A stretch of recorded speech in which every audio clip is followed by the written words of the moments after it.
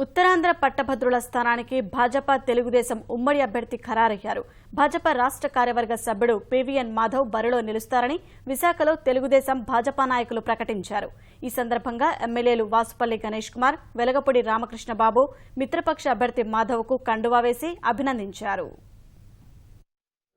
ముందుగా ఈ యొక్క సీటు పట్టభద్రుల నియోజకవర్గాన్ని భారతీయ జనతా పార్టీకి కేటాయించిన నారా చంద్రబాబు నాయుడు గారికి, ప్రీతం ముఖ్యమంత్రి, ఆయనకి ధన్యవాదాలు తెలియజేస్తున్నాను.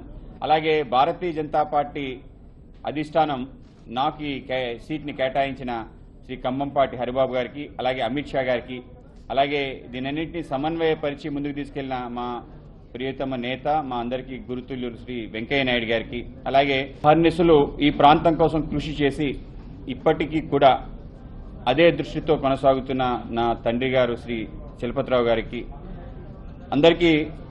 వాళ్ళందరికీ ధన్యవాదాలు. వాళ్ళ ఆశీస్సులతో ముందుకెళ్లాలని చెప్పి నేను భావిస్తున్నాను.